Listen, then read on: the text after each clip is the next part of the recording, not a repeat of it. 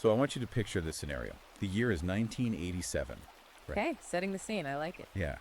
You're standing in the middle of this incredibly stuffy, high-end faculty party at some prestigious university. Oh, I can already smell the tweed. Exactly. The wine is flowing, the elbow patches are out in full force, and the room is just buzzing with that really dense academic chatter, the kind that makes you feel like you need a dictionary just to, ask where the bathroom is. Right, the real elite intellectual crowd. Exactly. And standing over by the buffet is Jacques Derrida, the world-famous French philosopher, the universally acknowledged father of deconstruction. A guy whose intellect supposedly reshaped all of modern Western thought. Right. So someone hands him a jar of pickles. A jar of pickles. Okay. It's just a standard, simple glass mason jar with a metal lid, vacuum sealed. And according to the source material we're looking at today, Derrida takes the jar, tries to open it, and he completely freezes. You can't open a pickle jar. He cannot figure out the mechanics of the lid. He actually begins to hyperventilate. Wait, really? Over a jar? Yeah.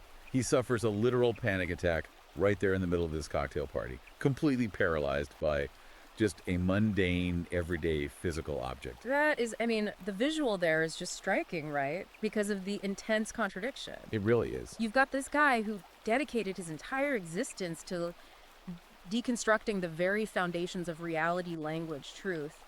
And he's just utterly defeated by the basic physical resistance of a vacuum seal. And what's wild is how his disciples reacted. Mm-hmm. The text points out that the academics around him, instead of just taking the jar and, popping it open for him, they instantly start framing his inability to open it as this profound sensitivity. Oh, you've got to be kidding me. No, seriously. Yeah. They treated his panic attack not as like a lack of basic physical competence, but as evidence of his elevated, fragile genius. Like he was struggling against the harsh, binary constructs of the physical world or something. That is just, wow. Right. So hold that image in your head. Now, pivot to a completely different scene from the book. We're out in the American Midwest. It's 0 degrees outside. Total shift in environment. Complete shift. We're looking at a 19-year-old kid bundled up in heavy Carhartt gear, wearing a welding mask. He's striking an arc, running a perfect bead, fusing 2 massive pieces of industrial steel together. Doing actual tangible labor. Exactly. And this kid is making $92,000 a year. He has absolutely 0 student loan debt. He has never heard the word deconstruction. He doesn't care about philosophical jargon. And he's probably highly respected in his community, right? Well, immensely respected. Because his skills are irrefutable. When he builds something, it holds weight. The bridge stays up. The pipeline holds pressure. His whole reality is defined by objective, unyielding physics. Yeah, that juxtaposition, that is the fundamental architecture of the book we are analyzing today. The author places that paralyzed intellectual right next to the thriving tradesman to set up this massive, sweeping critique. Welcome to this deep dive, everyone. Now, before we really pull the thread on this massive topic, please make sure to like and subscribe to this show. It's exactly what allows us to keep producing these incredibly deep reviews of the ideas shaping our culture. Definitely. Hit that subscribe button. I'll remind you again at the end, but yeah, take a second right now. Yeah. Because today we are going on a no-holds-barred exploration of a really fiery, controversial new ebook. It's called Irritated, Overwhelmed, and Drowning in Deconstruction. Easy Solutions to Thrive Amid Jacques Derrida and His Madness by Conrad Riker. It is quite the title. It is, and we need to be crystal clear about the target audience here. If you're a listener who follows the men's rights movement, if you identify with the red pill awakening in the manosphere, or if you just want a really forensic explanation of how our modern institutions have been captured by Marxist and feminist ideologies, this book is custom written for you. Yeah, Riker basically designed this as a historical map and a battle manual for that exact worldview. He's tracing how these institutions were supposedly captured way before the average person even noticed a shift. Exactly. And if you want to check out the primary source directly, which we highly recommend so you can evaluate the evidence yourself, head over to Amazon Kindle or Google Play Books to buy the ebook. And you can follow the author's ongoing commentary on Substack at Conrad Riker. But before we crack open Chapter 1, we need to set some ground rules for how we're handling this. Right, the neutrality disclaimer. Exactly. You, the listener, need to know this book contains highly charged, polarizing political and cultural commentary. It aggressively dissects modern feminism, gender studies, institutional capture, traditional masculinity, all of it. And we are operating strictly as your guides today. We are entirely neutral here. There are zero endorsements of these viewpoints coming from us, left-wing or right-wing. None at all. If you hear an explosive claim about universities or gender dynamics today, you are hearing Conrad Reicher's thesis, not ours. Our mission is just to break down his arguments, his data, and his historical anecdotes so you can fully grasp his worldview. We're exploring the why and the how, not taking sides. So let's start at the foundation of Reicher's whole argument. Chapter 1 focuses on what he calls the Trojan horse of deconstruction. Right, this is where he claims that modern academia didn't just naturally drift left over time. No, he says it was actively hijacked by what he calls a cabal of jargon-spewing ideologues. And the mastermind, the patron saint of all this, is Jacques Derrida. So Riker doesn't see deconstruction as just some abstract, harmless intellectual game played in the humanities department. Not at all. He frames it as this highly sophisticated Marxist Trojan horse. Its entire function is to smuggle nihilism, semantic confusion, and the destruction of objective truth straight into the operating system of Western civilization. To really get the weight of that accusation, we have to look at how Riker defines normative reality versus Derrida's philosophy. Break that down for us. What is normative reality to Riker? Well, normative reality is the world of that 19-year-old welder you mentioned. It's governed by cause and effect, binary truths. The metal is either fused or it's not. If you ignore physics, the bridge collapses. Right. Is undeniable. Exactly. And Riker argues Derrida built his entire career on deliberately subverting that binary reality. He basically says Derrida professionalized the act of saying absolutely nothing in 10,000 words. Yeah, he points to that famous 1966 lecture at Johns Hopkins University as the watershed moment. Riker calls the content of that speech intellectual vaporware. Vaporware, that's a great term for it. Right. And he notes that whenever academics actually pushed Derrida to give a straight, concrete definition of his theories, Derrida would refuse. He'd just smirk and use these absurd metaphors. Yeah, like saying meaning is like a fart, you chase it, but the second you try to grasp it, it's just dissipated into the air. Which is just wild for an academic to say. Yeah. But the mechanism Riker is critiquing here is Derrida's attack on language itself. Prior to Derrida, academics generally believed in structuralism, the idea that words pointed to stable truths in the real world. But Derrida comes along and says, no, words only refer to other words. You look up a word in a dictionary, you just get more words. So meaning is endlessly deferred. Objective truth is just an illusion created by power structures. And Riker is furious that instead of rejecting this as a cheap parlor trick, the American elite at that 1966 conference just inhaled it. They love the idea that meaning isn't real and norms are just oppressive constructs. Well, and Riker attacks the sheer privilege required to even entertain that philosophy. Oh yeah, the luxury sport argument. Right. He says this obsession with tearing down systems is a luxury that only exists because it's heavily subsidized by a society that is incredibly wealthy and structurally sound. Built by people operating in objective reality. Exactly. You can't deconstruct the concept of a house unless someone else first believed in the objective reality of the hammer and the nail. That makes perfect sense. And he uses market data to show that the general public intuitively hates this nihilism. Yeah, the sales figures comparison is fascinating. He compares Derrida's most famous book of grammatology to Jordan Peterson's 12 Rules for Life. And Peterson's book outsells Derrida by like 100 to 1. Riker uses that to say, look, human biology craves structure and definitive rules, not linguistic quicksand. And to really show how this quicksand works, he uses that hilarious comparison between the two textbooks. No, the Chilton Manual. Yes, break that down. So he says, look at a modern $120 university philosophy textbook. You open it up to a chapter on the word transmission, and the author strips all practical context from the word. They start talking about its patriarchal roots, right? Yeah, the inherent violence of transmitting power. They problematize the word until transmission has absolutely no connection to reality. It's just a meaningless sound. But then, and this is the genius part, he says, put that down and pick up a $29.95 Chilton truck repair manual. Right, open it to the chapter on transmissions. And it gives you rigorous step-by-step schematics. Drain the fluid, drop the pan, torque the bolts to this exact spec, so a 40,000-pound diesel truck can actually move freight. Because a truck transmission operates completely independently of your feelings or your lived experience. It shifts gears or the truck doesn't move. You can't fix a broken gearbox by analyzing its patriarchal origins. Exactly. So Riker is saying the $120 philosophy textbook represents the modern academic grift, overcomplicating simple reality just to justify its own funding. The manual builds the world, The textbook destroys your ability to perceive the world. But, we should pull on a thread of contradiction here. Yeah, let's get into the pushback. So Riker treats deconstruction like this highly coordinated, malicious computer virus meant to crash Western thought. But then, to prove how absurd it is, he cites that 2022 Chronicle of Higher Education study. The one about the PhDs. Right. He notes that 78% of humanities PhDs can't even accurately define Derrida's core term pharmacon without Googling it. Pharmacon, meaning the word is both the cure and the poison. Exactly. So if 78% of the so-called foot soldiers of this Marxist takeover don't even understand the mastermind's basic vocabulary, how does Riker reconcile that? Is it a coordinated attack, or is it just mass incompetence masquerading as intelligence? It's a great question. Yeah. And Riker actually navigates that tension by pivoting to the structural economics of the university. Yeah. He basically says the intent of the individual professor doesn't matter. Whether they're a true believer or just faking it to get published. Right, because the financial architecture of academia incentivizes the chaos either way.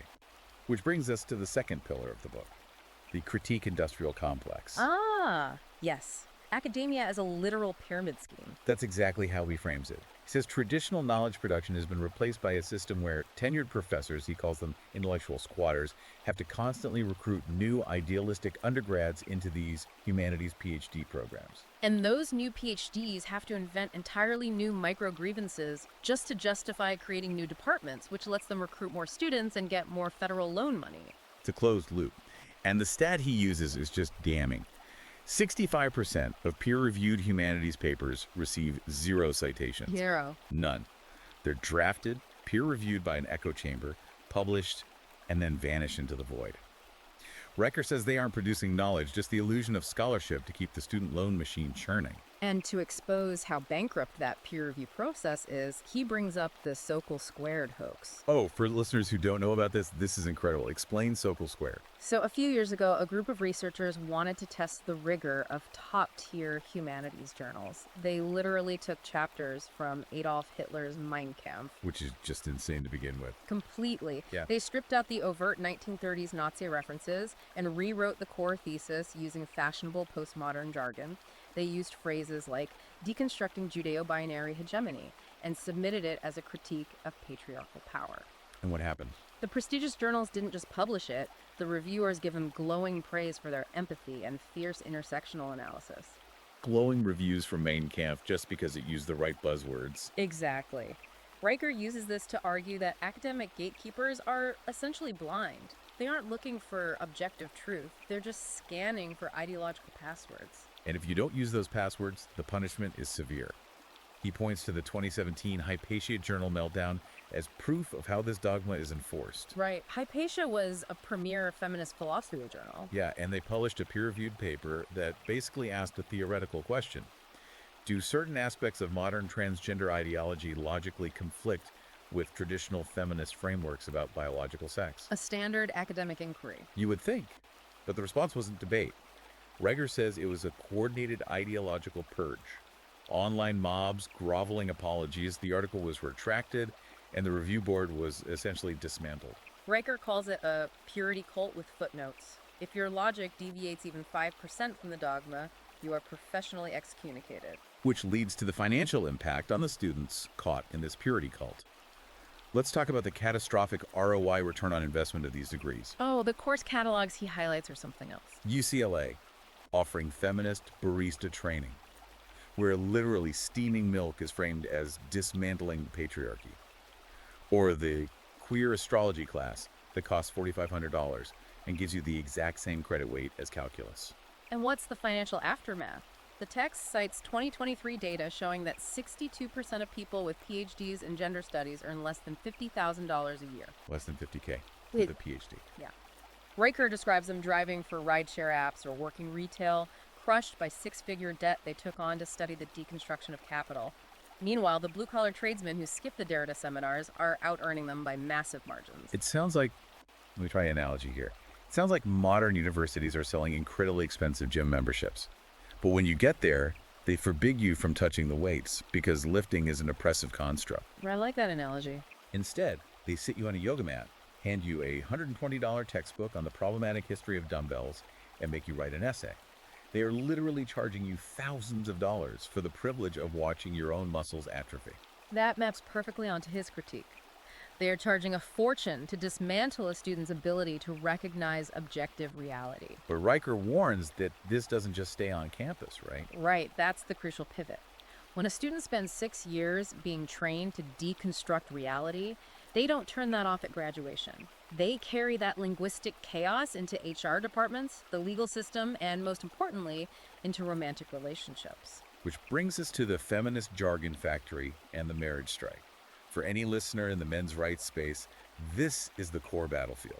Riker asserts that modern feminism took Derrida's playbook, that language is fluid and subjective, and weaponized it directly against men. Can you give us the practical example he uses in the book, the prenup one? Yeah. So a man preparing for marriage asks his fiancée for a standard prenuptial agreement. Historically, legally, this is just a routine financial contract based on objective math. Right, asset division. But Riker says because of ideological capture, the fiancée, who has been steep in grievance studies, rebrands this request. She doesn't argue the math. She labels the prenup as an act of financial violence and patriarchal terrorism. Just the linguistic gymnastics there are insane. They take a word like violence, which historically meant a literal physical strike to the face, and stretch it so far it covers a non-physical legal document about bank accounts. And Riker says this is the ultimate triumph of deconstruction. If you can redefine a mutually beneficial contract as literal violence, all objective boundaries evaporate. The rules of engagement are no longer based on shared reality, they're based on emotional leverage. And men are navigating this minefield blindfolded. They have no idea what normal behavior will suddenly be reclassified as abusive. And Riker backs this up with some really alarming stats on the death of due process. Right, the 2022 Foundation for Individual Rights in Education study. Fire. They found that a staggering 78% of accused male students in campus disciplinary hearings get expelled without even being allowed to see the physical evidence against them. No right to cross-examine accusers. He pairs that with FBI statistics showing a 41% surge in false assault claims in domestic disputes since 2017.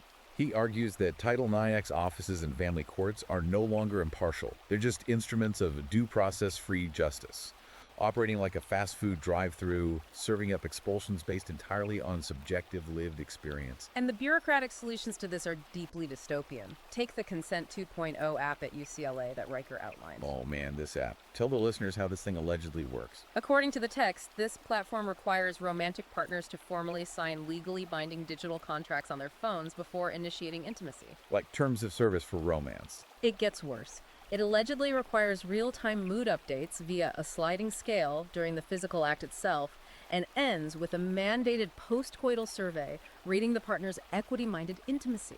Imagine actually trying to implement that. It completely incinerates any concept of romance or human connection.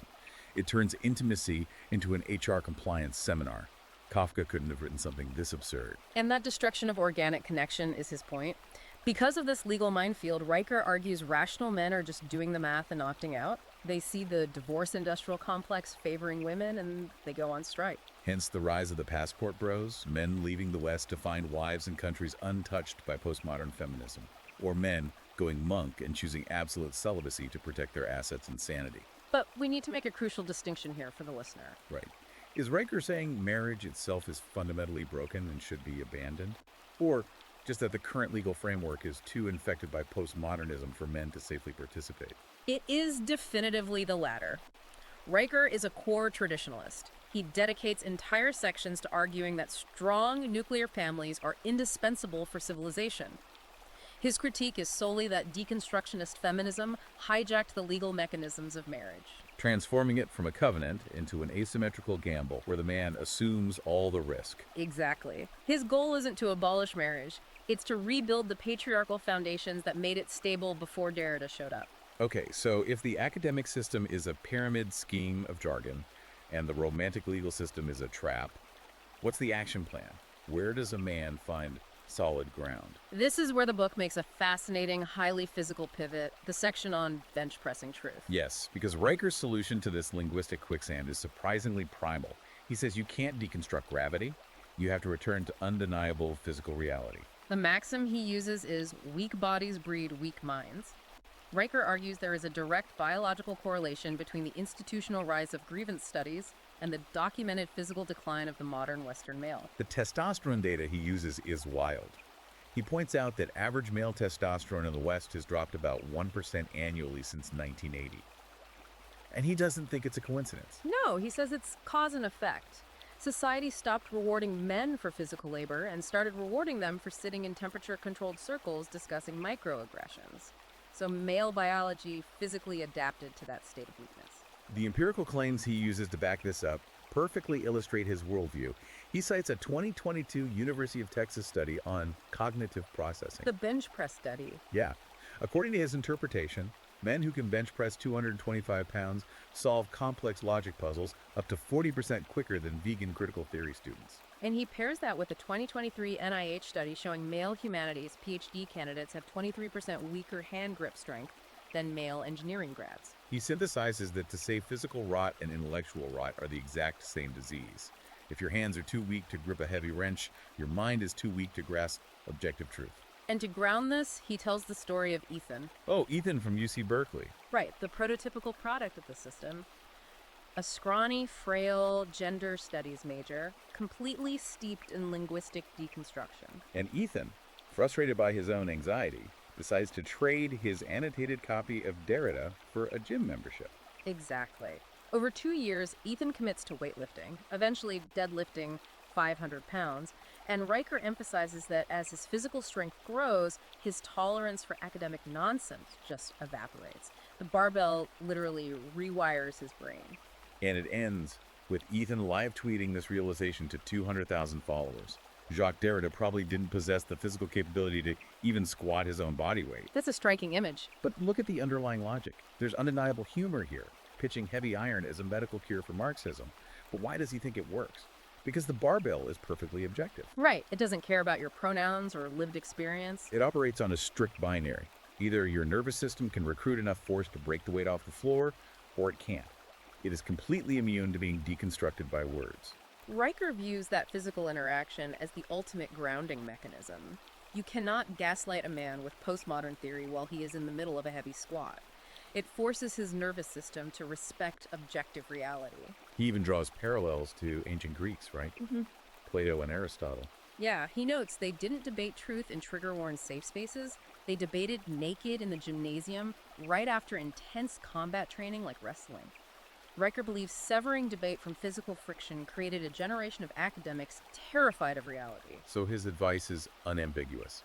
Yeah. Stop analyzing words, stop trying to win HR arguments, and start lifting heavy weights.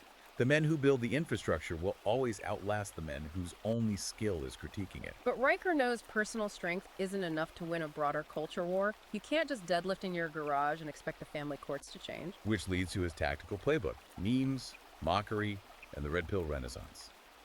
How do you fight institutional capture in a post-Derrida world? Well, his foundational rule is deeply cynical. He says it is a fatal strategic mistake to ever attempt to debate a deconstructionist using traditional logic or evidence. But wait, if Riker believes objective truth is on his side, why not use the Socratic method? Present the data and prove them wrong in the marketplace of ideas. Because the deconstructionist does not believe the marketplace of ideas is valid. If you present a logical argument, they won't counter your points. They'll just trap you in semantic games and deconstruct the definitions of the words you're using. Oh, right. And if you demand empirical evidence, They'll claim the scientific method is a form of Western patriarchal violence meant to silence marginalized ways of knowing. Riker has a great analogy for this. He says, trying to debate a postmodernist is like trying to play chess with a pigeon. because the pigeon just knocks over the pieces, defecates on the board, and struts around declaring victory. Exactly. So reasoned debate isn't the solution. Absurdism is. The weapon of choice is the meme. He calls internet memes the Molotov cocktails of modern discourse. He points to libs off TikTok as a prime example of this guerrilla warfare. Instead of writing a 40-page peer-reviewed rebuttal to gender studies, which no one reads, they just post a raw video of a radical teacher saying something absurd. No commentary, no debate, just exposure to millions of people. And the sheer force of public mockery often forces resignations within days. He also dives into 4chan and Pepe the Frog, arguing that anonymous trolls used viral images to completely bypass academic gatekeepers and swing cultural narratives. And why are memes so effective? Because they are immune to deconstruction. A meme doesn't have a 10-point thesis you can problematize. It's just a raw, visceral truth wrapped in irony. If an academic tries to write a serious article explaining why a meme is problematic, they just amplify it and look like a humorless scold. You can't mathematically deconstruct the middle finger. The standout example in the text is the Charizard Pokemon card. Oh, critical theory, Mon. This is brilliant. Explain this one. A 4chan troll took a standard Charizard card, photoshopped Jacques Derrida's face onto it, and replaced the Fire Blast attack with Derrida's famous quote, "There is nothing outside the text." And the punchline is that these fake meme cards started massively outselling actual university philosophy textbooks on eBay.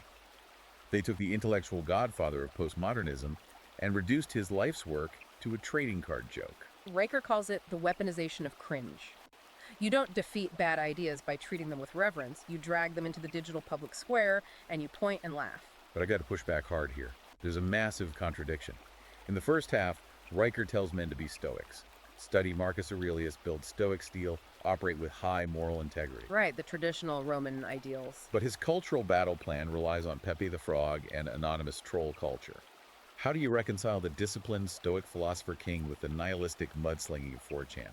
Aren't trolls using the exact same destructive energy as Derrida? That is a highly perceptive critique.